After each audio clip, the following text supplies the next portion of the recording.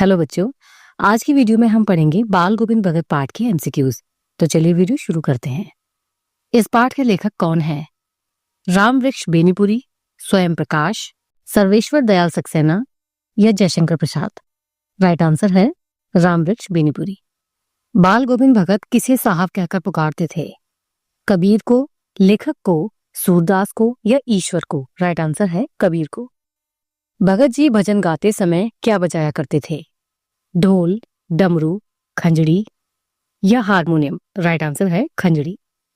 बाल गोविंद भगत का क्या व्यवसाय था?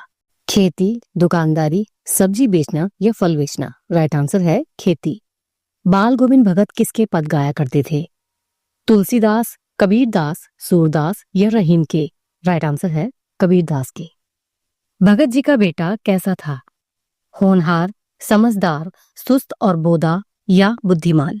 राइट आंसर है सुस्त और बोधा। भगत जी गले में कौन सी माला पहना करते थे? तुलसी की बनी, तुलसी के जड़ों से बनी, तुलसी के तने से बनी या तुलसी के पत्तों से बनी हुई माला? राइट आंसर है तुलसी की जड़ों से बनी हुई माला। बाल गोविंद भगत को साधु क्यों नहीं कहा जा सकता?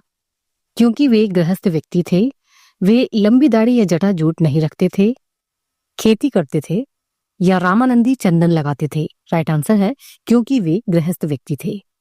बाल गोविंद भगत की संगीत साधना का चरम उत्कर्ष किस दिन देखा गया? जिस दिन वे ठंड में गाना गा रहे थे, जिस दिन वे सुबह से शाम तक गाना गा रहे थे, आषाढ़ मास में या जिस दिन उनके बेटे की मृत्यु हुई?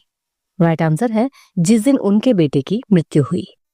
भगत जी किसके सामने जमीन पर ही आसन लगाए गीत गाए चले जा रहे थे? परिवार के सामने, पड़ोसियों के सामने, ईश्वर के सामने या अपने बेटे की लाश के सिरहाने बैठकर? राइट आंसर है अपने बेटे की लाश के सिरहाने बैठकर। बाल गोविंद भगत किसे रोने के बदले उत्सव मनाने के लिए कह रहे थे? गांव वालों को, अपनी पत्नी को, अपने बेटे की बहू को या इनमें से कोई नहीं? राइट आंसर है अपने बेटे की बहू को। भगत जी कैसा तिलक लगाया करते थे? रोली तिलक, भस्म का तिलक, रामानंदी चंदन तिलक या हल्दी का तिलक? राइट आंसर है रामानंदी चंदन का तिलक। भगत जी अपनी फसल का अनाज सबसे पहले कहाँ लेकर जाते थे? मंदिर में, गांव वालों में, कबीरपंथी मठ में या गरीबों में? राइट आंसर है कबीरपंथी मठ में। कौन अपनी ओर सबका ध्यान खींचकर रहती है? सर्दी, गर्मी, संगीत या मृत्यु? राइट आंसर है मृत्यु। भगत जी के बेटे को अग्नि किसने दी थी?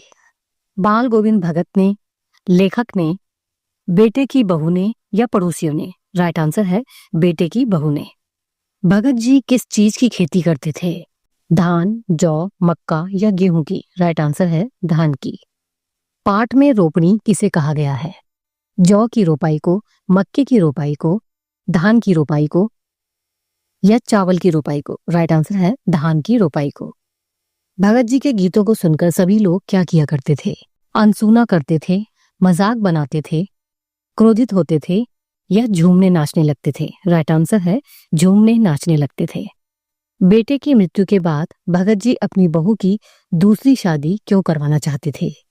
अपनी आजादी के लिए, अपना बोझ उतारने के लिए, बहू के दुखी भविष्य के लिए या उसके सुखी भविष्य के लिए? राइट आंसर है उसके सुखी भविष्य के लिए। बाल गोविंद भगत जी के अनुसार कैसे लोगों को खास ख्याल और प्यार की जरूरत होती है?